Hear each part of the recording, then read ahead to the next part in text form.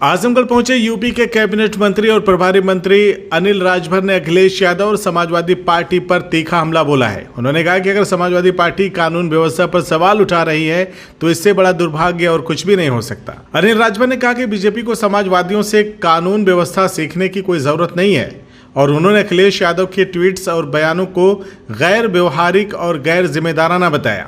राजभर आजमगढ़ में प्रधानमंत्री नरेंद्र मोदी के जन्म दिवस के सेवा पखवाड़ा के तहत आयोजित मंडल स्तरीय गोष्ठी में भाग लेने आए थे। उन्होंने कहा कि समाजवादी पार्टी के शासनकाल में दंगे होते थे, जबकि योगी आदित्यनाथ की सरकार में कानून व्यवस्था पर मजबूती से काम हो रहा है। उन्होंने ये भी कहा कि अखिलेश यादव और राहुल गांधी आरक्षण के मुद्दे पर अपनी सच्चाई दिखा चुके हैं और जनता इसे बारीकी से देख भी रही है। उन्होंने कहा कि अखिलेश यादव सोशल मीडिया पर बार बार छोटी बातों को उठाकर अपनी पकड़ खो रहे हैं और 2027 के विधानसभा चुनाव में उनके सामने चुनौती खड़ी होगी। माननीय प्रधानमंत्री जी के जन्म दिवस को हम लोग सेवा पखवाड़ा के तौर पर मनाते हैं। देखिए, अखिलेश जी और समाजवादी पार्टी कानून व्यवस्था पर बात करे तो आप समझिए कि इससे बड़ा दुर्भाग्य क्या हो सकता है। भारतीय जनता पार्टी की सरकार को ये तथाकथित समाजवादियों से कुछ सीखने की जरूरत नहीं है। आज उत्तर प्रदेश की कानून व्यवस्था की प्रशंसा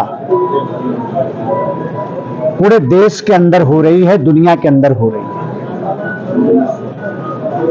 एक इन्वेस्टर समिट में 37.5 लाख का निवेश प्रस्ताव प्राप्त होना इस बात को प्रमाणित करता है कि उत्तर प्रदेश का लॉ एंड ऑर्डर और उत्तर प्रदेश की कानून व्यवस्था को देश में ही नहीं बल्कि दुनिया में उसकी प्रशंसा हो रही है, डंका बज रहा है। तो अखिलेश यादव जी की सरकार में तो दंगा होता था, योगी जी की सरकार में कानून का डंका बज रहा है, तो उनको परेशानी हो रही है। उन्होंने एक वीडियो भी ट्वीट किया है, गोंडा मेडिकल कॉलेज का है, जहां स्टेशन न मिलने से एक मरीज को उसका लड़का लेके जा रहा है गोदी में लेके। बारिश का मौसम है, पानी लगा हुआ है, स्वास्थ्य व्यवस्था चरमरा गई। नहीं, देखिए, ये प्रकृति के आगे तो हम सब लोग बेबस हैं।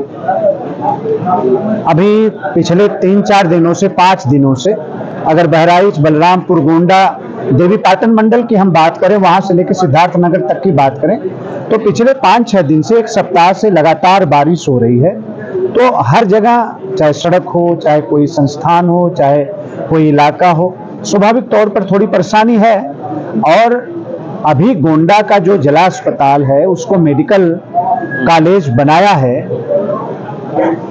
उत्तर प्रदेश की सरकार ने, अब वो उद्घाटन के तौर पे आगे बढ़ रहा है। अब छोटी छोटी विषय को उठाना, थोड़ा व्यवहारिक बातों को भी अगर समझते अखिलेश यादव जी तो जनता में इस तरह से अस्वीकार नहीं किए जाते और उनको बाल की खाल खींचने की आदत हो गई है। उनका ये भी कहना है कि आरक्षण खत्म कर रहा है। यूपीएससी ने कह दिया कि जो आरक्षण का लाभ लेगा उनको अनारक्षित प्रवेश नहीं है। नहीं, ये तो उनके मित्र राहुल गांधी ने अमेरिका में कह दिया और उनको जो परेशानी हो रही है इसी बात के लिए हो रही है कि अब एक बार झूठा नारा हमने दे दिया, अब 2027 में हम कौन सा नारा गढ़ेंगे। मोदी जी की सरकार जनता के आशीर्वाद से बन गई और चल रही है, पूरी जनता देख रही है, दलित वर्ग देख रहा है, पिछड़ा वर्ग देख रहा है। ना ही कहीं कोई संविधान पर आंच है, बल्कि संविधान का सम्मान बढ़ रहा है, आरक्षण अपने गति से आगे बढ़ रहा है। तो आज तो वो लोग बेनकाब हो गए हैं, अखिलेश यादव जी और उनके मित्र राहुल गांधी जी, और जाकर अमेरिका में दिल की बात जबान पर आ गई राहुल गांधी के। क्या कहा उन्होंने, ये भी पूरा देश और दुनिया ने देखा है। तो मैं तो कह रहा हूं कि पूरी जनता को और इस उत्तर प्रदेश में रहने वाले, राजनीति को समझने वाले लोगों के लिए आने वाला उपचुनाव एक पैमाना बनने जा रहा है और अखिलेश यादव ध्यान दें उधर तो ज्यादा अच्छा है। नहीं, जनता कॉन्फिडेंस है 10 सीट जीतेंगे, 10 की 10 सीट जीतेंगे। और आप सब लोगों ने ही कहा था कि आजमगढ़ और रामपुर से खराब समीकरण भाजपा के लिए पूरे प्रदेश में और कहीं नहीं है। जब हम आजमगढ़ और रामपुर जीते तो उसी तर्ज पर बाकी 10 की 10 उपचुनाव हम जीतेंगे। बहुत बहुत धन्यवाद। आखिरी सवाल यही है कि जैसे जो लोकसभा बीजेपी हारी तो ये कहा गया कि अधिकारी कार्यकर्ताओं नेताओं का सम्मान नहीं करते, उनके काम नहीं हो पाते, तो क्या उस पर नकील अधिकारियों को कैसे रखी जाएगी? जो जमीन काम है कार्यकर्ताओं की वो कैसे? नहीं, कार्यकर्ताओं का सम्मान हमारी प्रथम प्राथमिकता है।